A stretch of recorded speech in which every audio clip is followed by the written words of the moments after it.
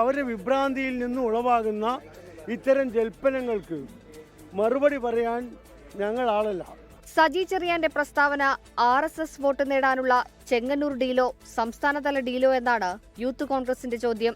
അദ്ദേഹം എന്തിനാണ് ഇങ്ങനെ സാമുദായികമായ ധ്രുവീകരണം നടത്തുന്നത്? ഇതിനൊക്കെ CPM-ന് ഒരു ഡീൽ നടക്കുന്നുണ്ട്. CPM RSS ഡീൽ ഉണ്ട്.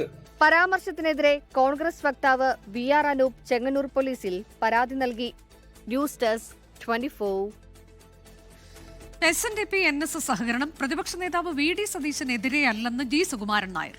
ഐക്യത്തിന് ആരുടെയും സഹായവും ഉപദേശവും ആവശ്യമില്ലെന്നാണ് NSS general secretary G Sukumaran Nair പ്രസ്താവനയിൽ പറഞ്ഞത്. അതേസമയം നിയമസഭാ തെരഞ്ഞെടുപ്പിന് മുൻപ് NSS SNDP ഐക്യത്തിന് കളമൊരുക്കാനാണ് നീക്കം. ഐക്യം കാലത്തിന്റെ അനിവാര്യതയെന്നാണ് SNDPയുടെയും NSSന്റെയും നിലപാട്.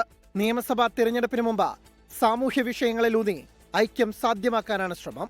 21-ന് SNDP യോഗം ചേർന്ന് നിലപാട് വ്യക്തമാക്കും. അതിനുശേഷം NSS ഇക്കാര്യത്തിൽ തീരുമാനമെടുക്കും.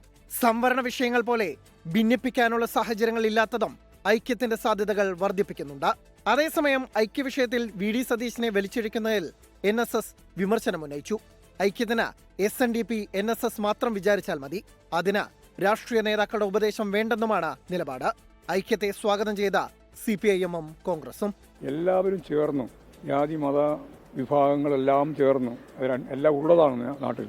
അവരെല്ലാം ചേർന്ന് ഐക്യത്തോടെ മുന്നോട്ടേക്ക് പോകുന്നതായിരിക്കും നന്നാകുക. എല്ലാ മതസംഘടനകളും യോജിച്ചു പോകുന്നത് നല്ല കാര്യമാണ്. യോജിപ്പോടുകൂടി പോകുന്നത് നല്ലതാണ്. അവരെന്നും വഴക്കടിക്കണമെന്നുള്ള നിർബന്ധമൊന്നും നമ്മൾ കാണിക്കേണ്ട കാര്യം എന്താ? ഇതിനിടെ G സുകുമാരൻ നായർക്കെതിരെ BJP നേതാവ് K സുരേന്ദ്രൻ രംഗത്തെത്തി. നായർ ഈഴവ സമുദായങ്ങളുടെ കുത്തക ഏതെങ്കിലും സംഘടനയ്ക്കല്ലെന്ന പ്രതികരണം. അതിപ്പോ നായർ സമുദായത്തിന്റെ കുത്തക ഏതെങ്കിലും സംഘടനയ്ക്കല്ല, ഈഴവ സമുദായത്തിന്റെ കുത്തക ഏതെങ്കിലും സംഘടനയ്ക്കല്ല. അപ്പൊ അത്തരം പരാമർശങ്ങളെ ഒന്നും ഞങ്ങൾ കാണുന്നില്ല. 24 കോട്ടയം. ലോകത്തെവിടെയായാലും ഏത് സമയത്തും 24 വാർത്തകളും ഓഗ്മെന്റഡ് റിയാലിറ്റി പാക്കേജുകളും എക്സ്പ്ലെയിനറുകളും വിശദമായി കാണാൻ ഞങ്ങളുടെ YouTube ചാനൽ നിങ്ങൾക്ക് സബ്സ്ക്രൈബ് ചെയ്യാം.